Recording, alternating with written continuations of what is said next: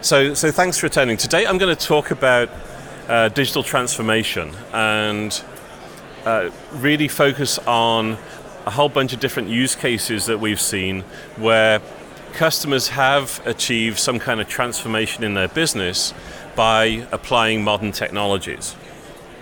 We'll start by giving a definition. There's lots of definitions out there of what digital transformation means, but it's really about changing the way that you do business based on utilizing technology. And that can change the way the business operates. It can also change the processes and the way you think within an organization, and how you try and decide what is possible and the direction that you should be heading.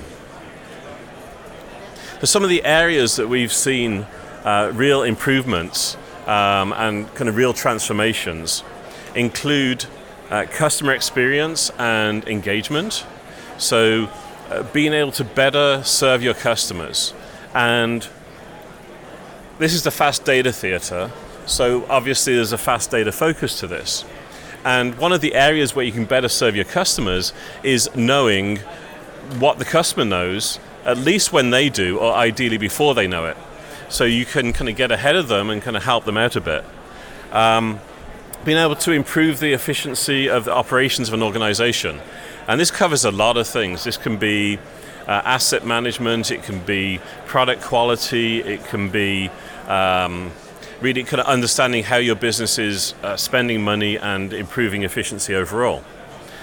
Being able to manage risk and security and compliance, making sure you're always in compliance. Again, a fast data spin to that is kind of knowing about risk as soon as it happens, or being able to get ahead of it so that you can really improve the way that you deal with risk and compliance and security. And really key to a lot of customers is the ability to innovate new services. So to do things that you weren't really able to do before because you now have kind of modern technology helping you out. And this is affecting every industry. There are some industries that kind of lag behind a little bit in adoption of new technologies, but almost every category of industry is trying to apply technology to improve their business. Because if they don't, one of their competitors is going to, and then they may not be in business anymore. So digital transformation is important because if you don't do it, then you're not going to be able to keep up. And it's kind of been going on for a while. If we think about kind of a brief history of data, and we don't start all the way back when people were writing stuff on clay tablets, but we kind of moved to databases. And within the last few generations, we've had databases. And if that was quite simple, right? You had a choice of 5 or 6 different database vendors, and if you wanted to analyze data, then you probably use ETL and you put stuff in a data warehouse and you get some analytics out of it. But then over the last few years, things have gotten more complicated because someone somewhere thought, well, maybe there's some value in all the logs that our systems are writing out, machine logs and web logs and all this other stuff. So maybe if we collected that and put it into a storage environment and analyzed it afterwards, we might be able to get some more value out of it. But then it kind of didn't stop there, because the overall pressure of transforming, coupled with new technologies and the elasticity and almost infinite scalability of cloud, have produced even more options for people. And that has become even more complex by adding in things like IoT and a whole bunch of devices generating data, messaging systems and direct access to high-speed data, and machine learning. How do you apply machine learning to all of the pieces that are kind of in this mix, and where does it fit in, and how do you kind of get value out of your data through machine learning? And then there's even newer technologies like distributed ledgers and VR, AR kind of technologies and quantum computing that are all coming down the wire that people have to pay attention to. So not just how do you manage all of this, but how do you even choose which technologies are appropriate for your business? And how do you choose how to get value out of your data? And it really starts with kind of asking yourself, what questions do I want to answer? And from that, you can kind of try and think of what are the best technologies to do that. Now, we are here in the fast data theater, so real-time data is really important. It used to be that data was stored in a database, and it was mainly humans that were creating that data. They were typing away in applications and submitting forms. But then it was the machines that were generating the logs for the big data wave, and devices generating events. Now, underlying all of that is the fact that even though you had data in a database or in files, the way that data was generated was always in real time. Database tables don't just magically appear an entire table full or an entire file full of data. They're written row by row or line by line, and devices are sending things event by event. So streaming data and event-driven data is the natural way that data is. It's just artificially we've been doing things in batch in the past. So fast data and streaming data is a really important concept when it comes to digital transformation.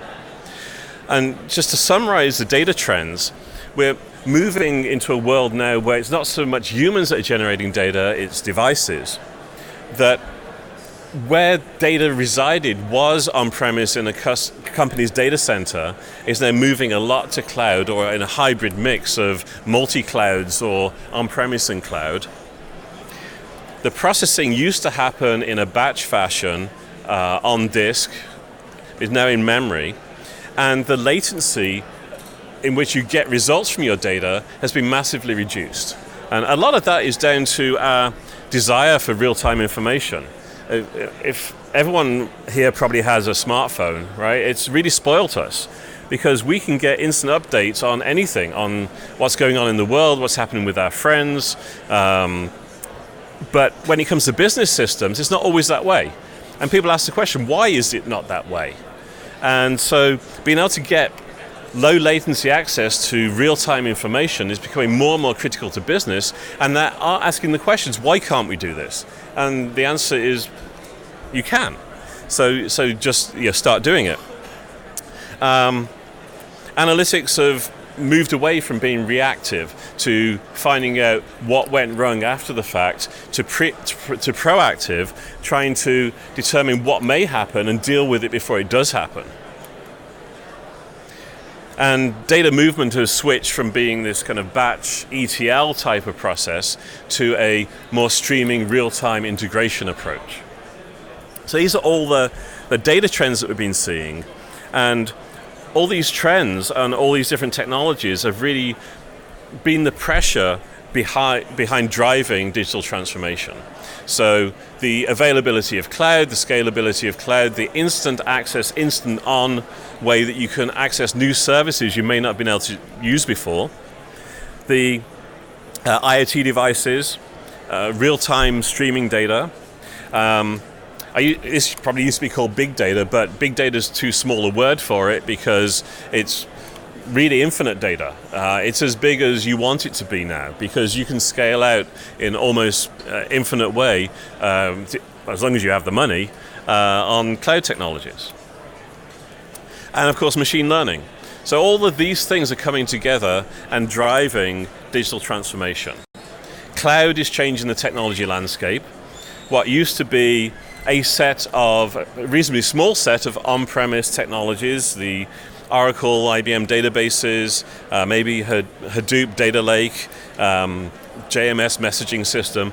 These are all changing and being made available in the cloud, along with a whole bunch of new technologies and new ways of thinking about things. So if you're on-premise, it's hard for you to think of building a globally distributed, infinitely scalable, ACID-compliant database.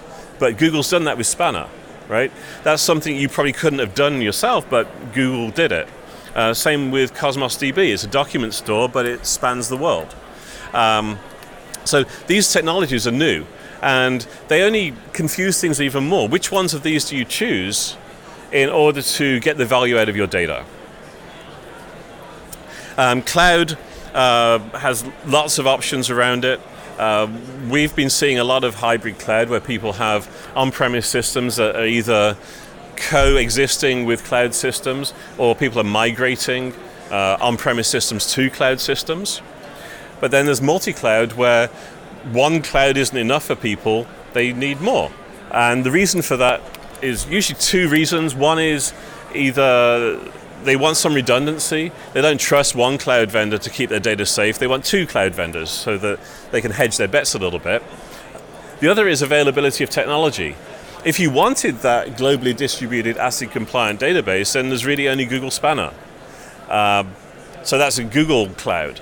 But if you also wanted some other technology that was only available on AWS or on Azure, now you're having to go to different cloud vendors. So we are seeing kind of multi-cloud as well, where customers are using more than one different cloud vendor for a variety of reasons. And this means they may have to move data between clouds. And then there's kind of intercloud, which is where you are synchronizing maybe cloud platforms, or you're switching a cloud platform. We've had customers that have switched the cloud platform halfway through a POC.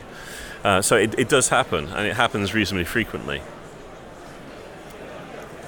So streaming integration is really the engine of digital transformation. It's kind of the glue that holds all those other technologies together, because if you have fast data being generated, you need to be able to move it quickly, you need to be able to process it quickly, you need to be able to deliver it quickly.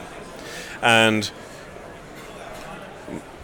Striim, my company, we deal with streaming integration. So all of the use cases that you'll see are real world use cases that we've been involved with that have utilized streaming integration and some of those other concepts that we went through for digital transformation to provide value for customers.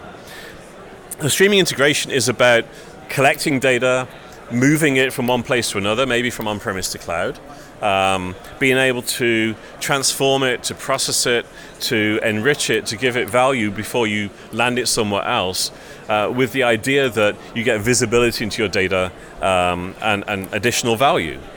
And this digital transformation requires a modern data architecture that includes streaming integration and includes a lot of other things, right? So data sources, you need to be able to access bulk data sources, so kind of old, large-scale, reading existing files, reading database tables, pulling that data out. But then also a streaming side of that. So with databases, not just read the database tables, but listen to the change that's happening in the database. You probably, if you're attending many sessions in here, you've probably heard of change data capture over and over again. Basically collecting inserts, updates, and deletes in databases as they're happening in real time and streaming those out. Being able to access real-time data on message queues, or data as it's being written to files, not a bulk file at a time, but new records as they're written into the file within milliseconds of them being written there. So all of these things can be streaming data. So you have your bulk data, you have your streaming data, you have processing on that data, transformations, enrichment, aggregations, all the kind of things you'd expect to find for processing data, and then storing data. And this is where everything starts to get even more confusing, because now you have all the options, right? When you're storing data, you may be storing it in on-premise systems, you may be storing it in cloud systems, you may be storing some of your data in one place, some in another, or copying it in one place and another. And then you have multiple messaging systems, on-premise things like Kafka, and cloud things like Event Hubs and Kinesis and PubSub. Then you have analytics, and that can be big analytics, so it can be against kind of historical large amounts of data, or it can be streaming analytics about new data. And you can combine what you've learned in the past from large-scale historical data with the streaming data. So you can compare real-time data with a history, or you can utilize machine learning to make sense of large amounts of data and then run real-time data through the machine learning to make real-time predictions. So all of these things kind of fit together and end up in some application or some visualization, some dashboard that is going to provide value to your customers or your partners or your employees in order that you can get more value out of your data and better operationalize your business. And digital transformation isn't about throwing away stuff. It is about, yes, new technologies and building on new technologies, but it is also about being able to liberate the data that exists in legacy systems. And legacy isn't even that old these days. You can have a 5-year-old system and you may think of it legacy because it's not the right technology for you to get the value out of your data. So it could be a database that's powering your ERP system. It could be a database that's in a manufacturing system. It could be files, or it could be a mainframe, right? All of these things can be thought of as legacy, but they're an important part of your business infrastructure, and you can't just turn them off. You can't migrate them all to the cloud immediately. Maybe you have a plan for that, but it's over many years. So you want to be able to get value out of it while it's still there. And that means not throwing away those old castles, but building that shiny new technology on the side of it. So bring the old and new worlds together and use streaming data from legacy systems to give you new value to your data. So let's talk about some of the real-world use cases that we've seen. And for each one of these, we'll start off with kind of what the business problem is they were trying to solve, what technologies they used, and what was the transformation that they saw at the end of it. And I'm going to go in detail on a few. I'll rush through a few others if there's any that were really interesting to you. I've thrown a lot in here because the odds of like one of you being interested in any one of them is a lot higher that way. So I'm going to go through them quite quickly. We'll start with this credit agency. Credit agency wanted to automate and reduce the latency of the one of their processes, employment verification. Right, that was a bottleneck because in order to kind of verify a credit application, they needed to verify the employment. They didn't always have up-to-date employment information. It may take them a day or so to actually get that data, and that slowed down the whole pipeline. So the approach was, using our platform, they used change data capture from their existing databases. They also had files that were being delivered to them from other third parties. And they had existing change data capture that utilized a technology called Golden Gate, Oracle Golden Gate, that is owned by Oracle. And they use us to read the Golden Gate files that were being written in real time. So they took all of this together, so multiple data sources from employee payroll and third-party data, pulled it together, did some processing on it in flight, and then landed it in Google Cloud. So in Google Spanner, Google Storage, multiple different technologies, and used Google Analytics on that as well. And all of this together kind of gave them the transformation they wanted.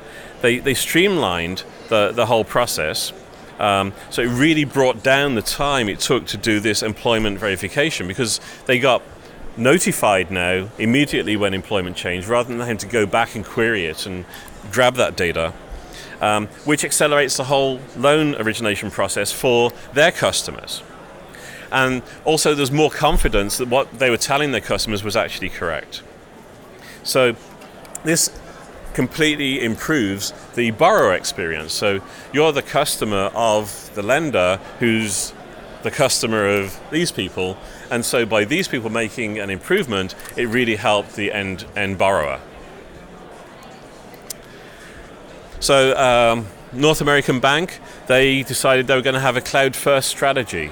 So any new applications they built were going to be built in the cloud. So again, using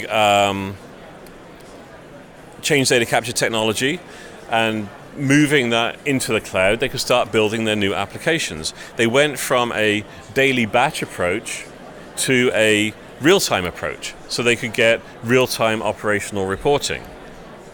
Technologies they used again, change data capture, some processing, not so much in this case, and they're just delivering data straight into Azure Event Hubs. So they went with the event-driven architecture. Any changes to the on-premise database is now present in the cloud. And then from there, they put things into Big Data Analytics in Azure Cloud and some BI applications that they actually put in place. And that allows them to do financial reporting on up to the second data. They no longer have to wait for these daily batches to complete. They can do their financial reports whenever they want and see the current situation as it is now. Of course, they can still do daily reports as needed or as mandated for compliance reasons, but they can also get true real-time view into what's going on in that organization. And it also allows them to build new applications much faster, because they no longer have to find people that can work with their existing systems. They can find people that work with new technologies. And it's always sexier to have a new technology on your resume, so it's easier to find people that want to work with new cloud technologies than it is with an old crusty mainframe. So this way they could actually get more people to actually work on building the new applications. And that allowed them to bring new services to market really quickly. This is one of the few companies that we actually got their logo on here. Generally, we ask people, and I don't always say you can name us, but a company called Tokopedia. And they wanted to kind of maintain their position in the market, improve revenue and prevent fraud. And again, using change data capture, this time from cloud databases. So they'd already moved to cloud, but now they wanted real-time feed from that. So product information, sales, inventory was all in different databases in the cloud. Collect that, process it, and then store that in Google BigQuery so they can get real-time analytics. And so their data latency went down massively because of this. It went down from 8 hours to real-time. So they now have a real-time view into their organization. And as a retailer, they know when things are going to be out of stock. They can manage inventory better because they have a real-time view into that too. I'm going to rush forward because I'm running out of time. I'm not going to go into kind of detail on all of these things. Satellite provider, and they basically wanted to improve customer experience and minimize churn by having a real-time view into the data. Multiple different technologies here. They had databases that held stuff. They also had cloud applications, SaaS applications, that had information in that they were interested in. That was brought in, joined together, and then written both into a messaging system and into storage so that they could then do analytics on it and get end results. And this allowed them to understand what was causing churn, to predict churn, to take effort to prevent customers from leaving them, and also to give customers timely offers based on what the customers were doing right now that the customers would actually be interested in. And being a European, they also had to care about GDPR, and so as part of the analytics pipeline, they were obfuscating and anonymizing certain data, so they never had to worry about, well, if this customer checks this box, how do we find the customer data? Well, it's not customer data anymore because it's been anonymized. So they did all of that before landing things in the cloud. It's, again, airline streamlining operations by using real-time data. And this was basically using on-premise systems, no cloud involved in this, but really trying to manage their crew more efficiently and to ensure that planes were on time by getting ahead of crew shortages or problems or someone stuck in traffic or bad weather. All of these things joined together with analytics going on top of it, but again, all real-time information.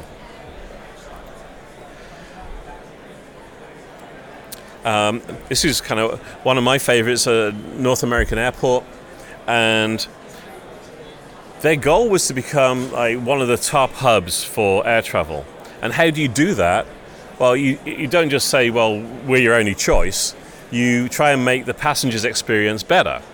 And so they took real-time flight information, real-time passenger information, that all came from different systems, and they join this together so that if either the passenger's information changed or the flight information changed, they will be able to then understand the current situation. And so they did two things with it. They pushed the data into storage for long-term analytics, and also they used us for real-time streaming analytics. And this gave them different ways of viewing their data in real time and historically, and enabled them to, for example, if a flight was suddenly running late and a passenger on that flight had a connecting flight somewhere, and it now seemed like they'd only have 15 minutes to make it from one flight to another, they could now send out a cart to that gate and help that passenger get to the next destination. Right? So all about improving the passenger's experience. I'm going to skip through these somewhat. If you're interested in any of these things that you see, you can come and talk to us in the Striim booth or talk to me afterwards. This one I like because our software is actually installed on cruise ships, and it's doing real-time analysis of casino and other information in order to be able to make offers to customers while they're still on the ship. And then that data is then collected and then analyzed afterwards when they get back. European Energy Distributor. This one's not using change data capture. We do have customers that aren't using change data capture. This one's doing more of IoT. It's reading SCADA data from files. And here they're actually trying to worry about people's safety and health by understanding with electricity blackouts or outages, are there any people that have medical equipment that might be affected that we have to help? And help try and prevent that. Retailer, again, this is around streamlined inventory management utilizing Google Cloud. Package delivery company, again, streamlining operations, offering new services and improving warehouse management by having access to real-time data and real-time analytics. And in the last couple of minutes, just a little bit about Striim. We are a streaming integration platform. We can collect data in real time from lots of different sources. We can process it in memory, all in real time, deliver it to a whole bunch of targets, usually with like very low sub-second, microsecond latency, depending on the data flows. You can also build some analytics and visualizations. We support use cases with people migrating to the cloud, building analytics in the cloud, also doing stuff on-premise as well. We have customers that integrate machine learning into our platform. It's a very UI-driven visual environment for building data flows. All of the processing in our platform is through SQL. So if you know SQL, you can transform and work with streaming data, continuous streaming queries, and you can build these dashboards. So you can visualize your data in real time as well. If you have any questions, you don't have time to ask me now because I'm almost out of time, but come and talk to me afterwards or in the Striim booth, which is over by the Data Ops Theatre. Thank you for your time.